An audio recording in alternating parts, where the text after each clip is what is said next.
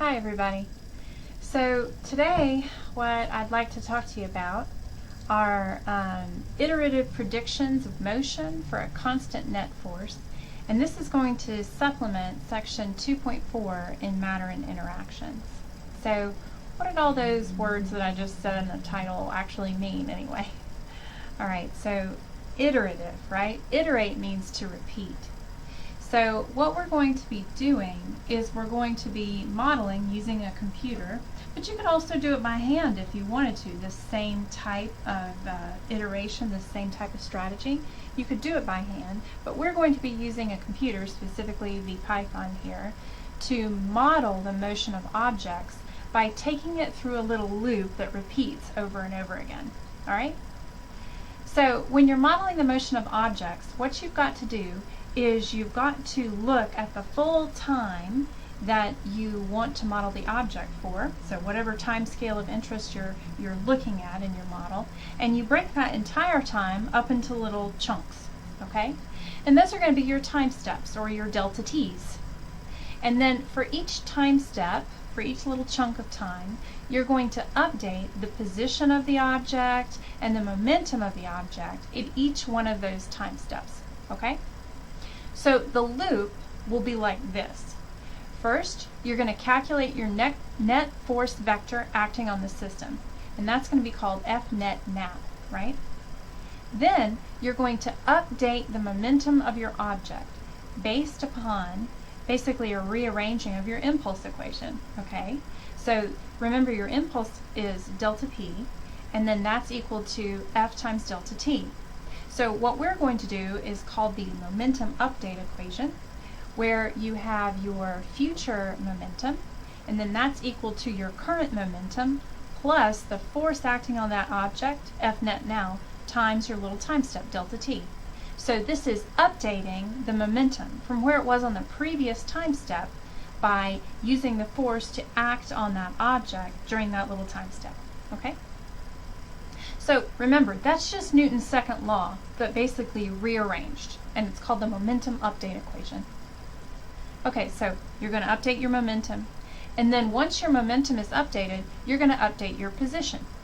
And you're going to do that with the position update equation, which is basically just your future position is equal to your position now plus the average velocity during that time step times delta T. So what we're going to use for the average velocity during our time step is we're going to use our future momentum divided by our mass, okay? Remember that the formula for momentum in non-relativistic speeds is just P is equal to mv, so that's what we're doing.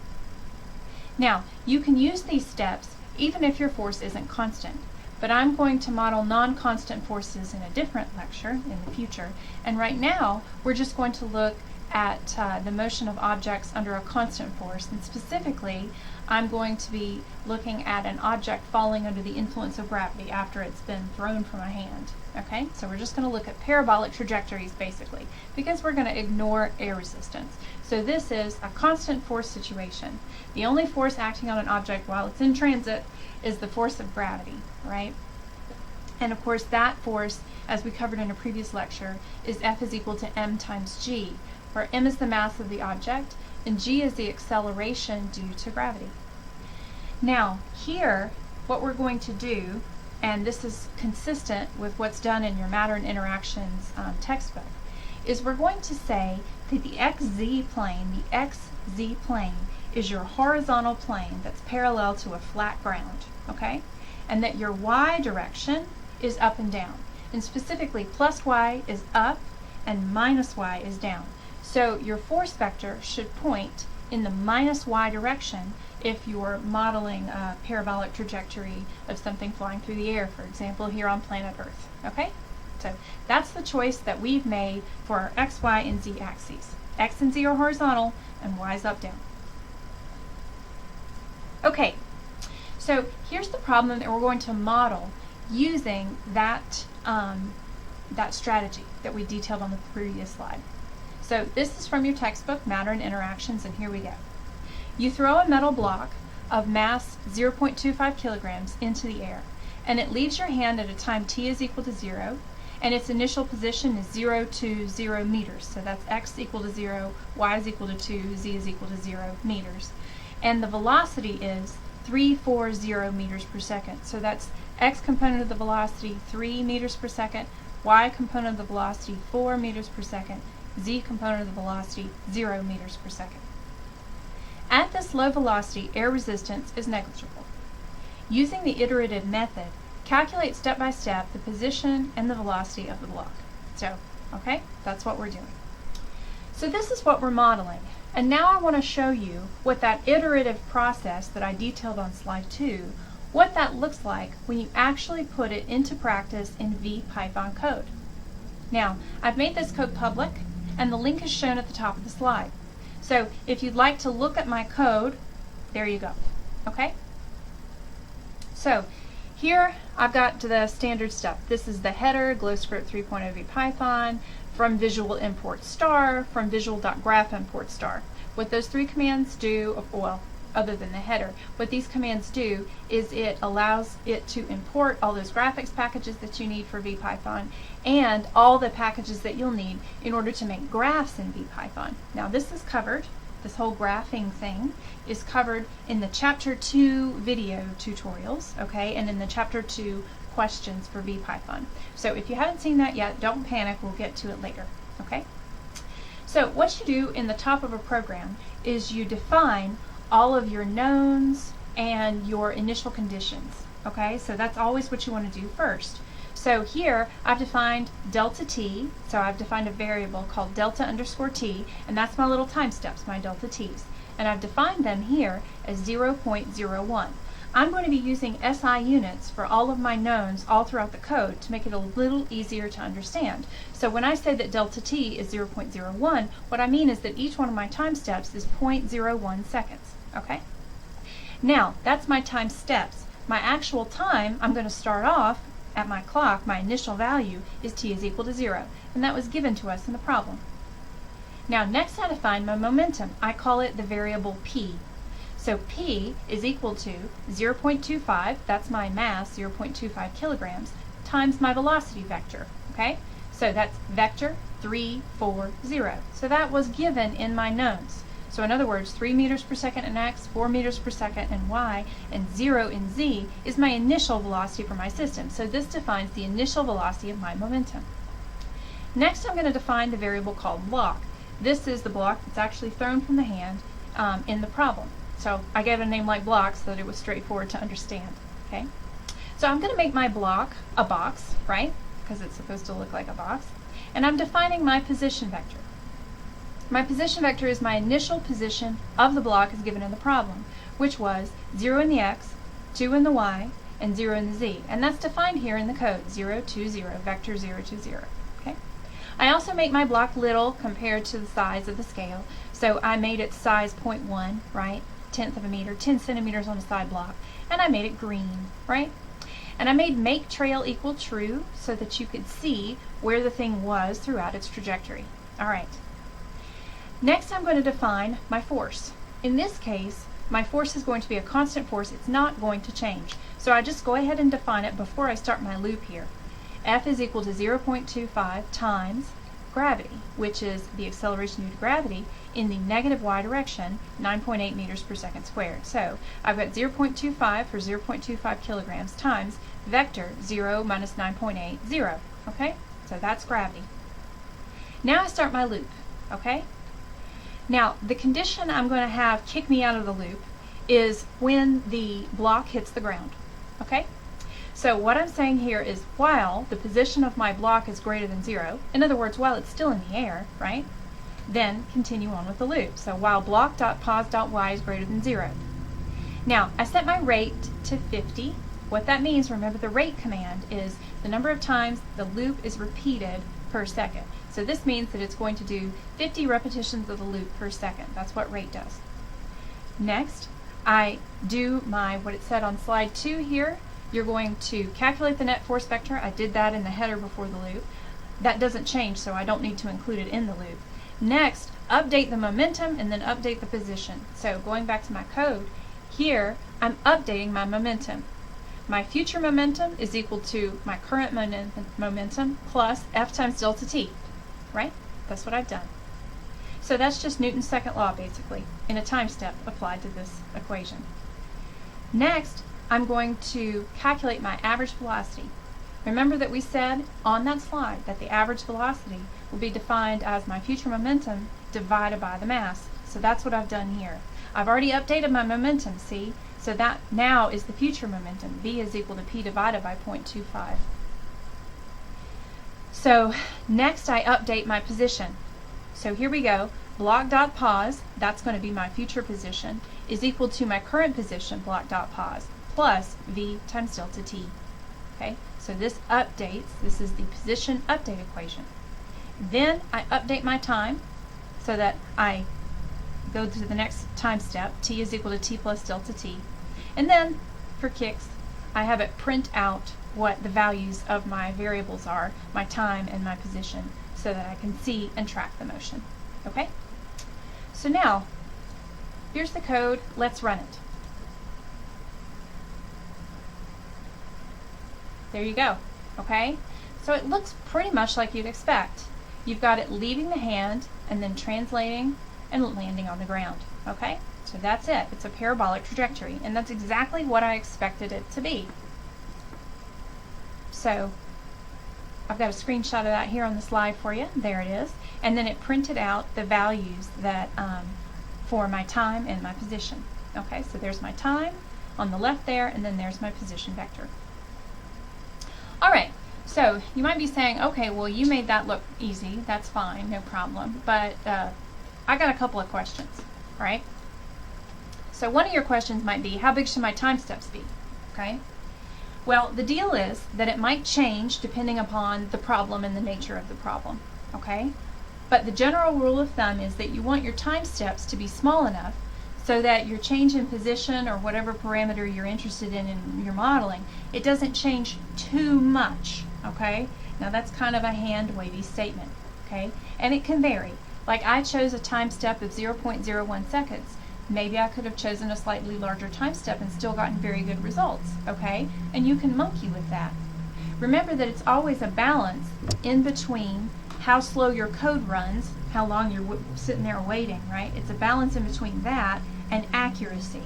So if I increase my time steps too much, my code will be less accurate. Because remember, what I'm doing is I'm using that momentum update equation. I'm basically saying I've got a little square. I'm going to assume that my average force is the same during that little time step, and if I change anything too much, right, over the time step, then it's not going to be accurate. So you want your time step small enough so that it doesn't change too much, and it's always a balance in between how long you're willing to wait and how accurate your code is. So for this problem, let's break it down. It turns out, if I run the code and look at the time when it lands on the ground, the time that it's in the air is about 1.16 seconds, okay? So that means that if I have a time step of 0.01 seconds, I've got 116 data points. That seemed pretty reasonable to me, so I left it, okay? I could have had fewer data points. I could have had about 50 data points, for example, if I doubled my time step, and maybe I would have been okay with that too, okay?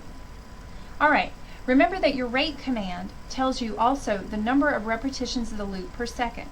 So if I've got 116 iterations of my loop, or 116 data points, then that means the code will take just over 2 seconds to run. So that gives me my run time, right?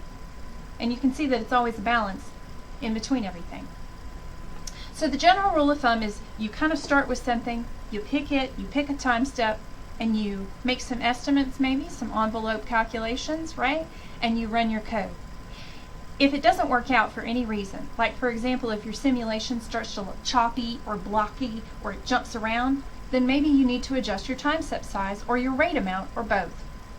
If your code looks choppy or blocky, you can decrease your time step size or decrease your rate, right? Maybe you even forgot to put the rate command in, okay? If you didn't put the rate command in, then it'll jump, boom! It does it so fast, right? And then your simulation will look terrible, okay? So decrease your time step size, make your time step size smaller, or make your rate command run fewer iterations per second, and then your code will look less choppy and blocky. So if that's happening, try that. If your simulation takes too long to run, if you're sitting there going, oh my God, this is taking forever, then you need to adjust your time step size, right? And you need to make your time chunks longer.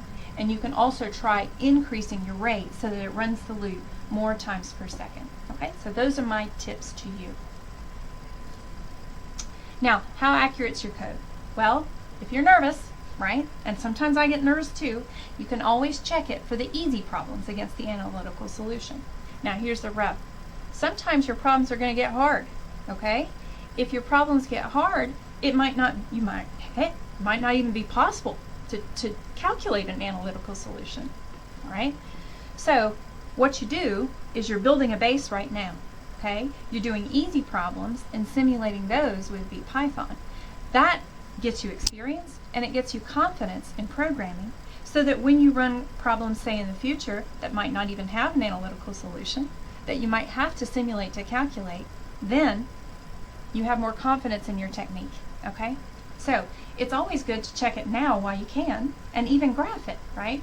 Now we're going to learn about graphing in the chapter 2 of our VPython coding tips, and you'll have to do those some. But if you haven't done them yet, don't panic.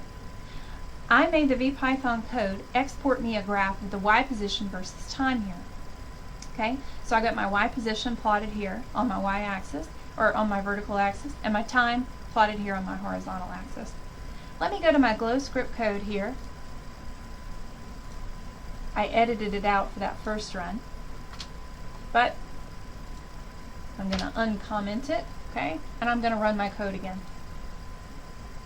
Now you can see it's generating my graph for me in real time. The nice thing is that once it generates that graph, I've got these little, I don't know, markers, I guess. And I can put them at various points on the ground. It'll give me the data point, right? So if I line up my markers to the very top of my curve there, then it'll give me the y position and time coordinates for that. So here I've got it at the top of my arc, so this would be the top of my parabolic trajectory, and it gives me a time of 0.403 seconds and a y position of 2.81 meters. Okay? So what I could do is take that and check it against the analytical solution. So let's do that. Checking my code. You can use the analytical solution to check it. All right? So remember that you reach the top of your parabolic trajectory. That's the turnaround point in y. At a turnaround point, for a split second, your velocity in the y direction is going to go to 0. So I can use my equation for velocity, right, in my kinematics equations. I can then look at just the y component, and I can say that Vy is equal to V initial in the y plus the acceleration in the y times time. So at that split second turnaround point, my y velocity is 0. So I set my y velocity equal to 0 over here. My initial velocity is 4 meters per second minus my acceleration, 9.8 meters per second squared, times the time. Okay? Now if I solve for t, I get 0.408 seconds. Well, remember that when I put it on that graph, I got 0.403. So that's pretty good. That's pretty good accuracy, right, for my time in my simulation. Now, what would that y position be at the top of the trajectory? Well, if my analytical solution says the top of the trajectory is 0.408 seconds, okay, then I can plug that into my kinematics equation for the y position. Y final equals y initial plus vi yt plus 1/2 ayt squared, okay? So I'm solving for y final, and that would be equal to 2 meters plus 4 meters per second times 0.408 seconds plus 1/2 times minus 9.8 meters per second squared times 0.408 seconds squared. If I plug all that in, I get 2.81 meters, okay? Checking it against my code again, just running that out, 2.81. Pretty good, right? So that's a very good simulation, right? Because my my analytical solution and my predicted solution for my code are very, very close, okay? So that's good enough for me, right? So you can always do that if you're nervous about your code for simple problems, right? So that's a nice thing to do. Okay, so that's iterative solutions. You can take this, you can use my code, and you can riff off of it for doing some of your own iterative problems, okay? And you can model and simulate things within VPython using this code, and that is A-okay with me. Go ahead and steal, Okay? I hope that helps. If you have any questions, let me know. And as always, I'll see you around in class.